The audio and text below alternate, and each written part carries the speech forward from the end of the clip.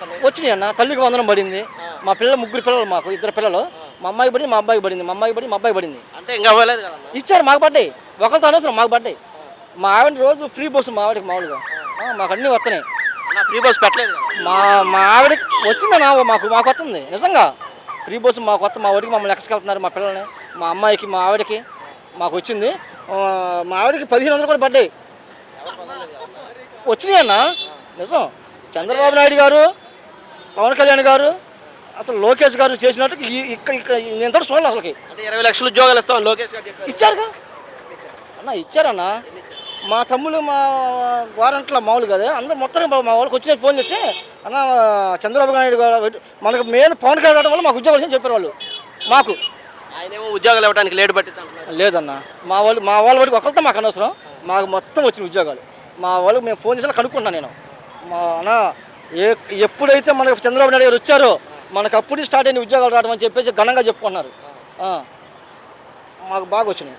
అంటే current bill తగ్గిస్తామని చెప్పారు కదా? కరెంటు బిల్లు తగ్గించిందన్న. అసలుకి కరెంటు బిల్లు వచ్చేలాగా మాకు లేదుగా. మాకు కరెంటు బిల్లే రావట్లేదు, మాకు ఫ్రీ. మా వాడికి పెట్టాడు పవన్ కళ్యాణ్, చంద్రబాబు, లోకేష్. మాకు ఫ్రీ. అలా ఫ్రీ ఎలా ఇస్తారన్న? ఇచ్చారన్న, మాకు మా వాళ్ళు మొత్తానికి ఇచ్చారు.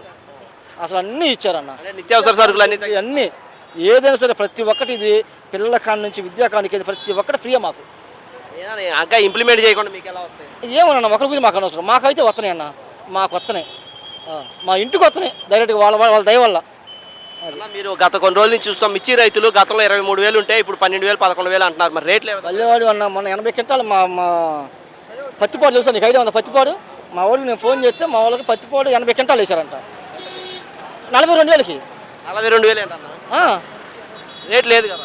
వాళ్ళు వేశారు మరి. చంద్రబాబు వాళ్ళు చెప్పారు, చంద్రబాబు నాయుడు రైతులకి అన్యాయం జరగవద్దు, గిట్టుబాటు రావాల్సిందే వాళ్ళకి అని చెప్పేసి 42,000కి వేశారు. ఫోన్ చేసి చెప్పారు నాకు మా వాళ్ళు. అంటే ఖజానా ఖాళీగా ఉందని చెప్తున్నారు కదా? ఎక్కడన్నా ఖజానా ఎవరైనా చెప్పింది ఆ మాట? అసలుకి ఖజానా ఖాళీ, చంద్రబాబు నాయుడు ఒప్పుకున్నాడు ఖజానా ఖాళీగా ఉందంటే ఆయన ఎట్టని చెప్తాడు ఆయన. అందుకే పవన్ కళ్యాణ్ వచ్చింది మనకి.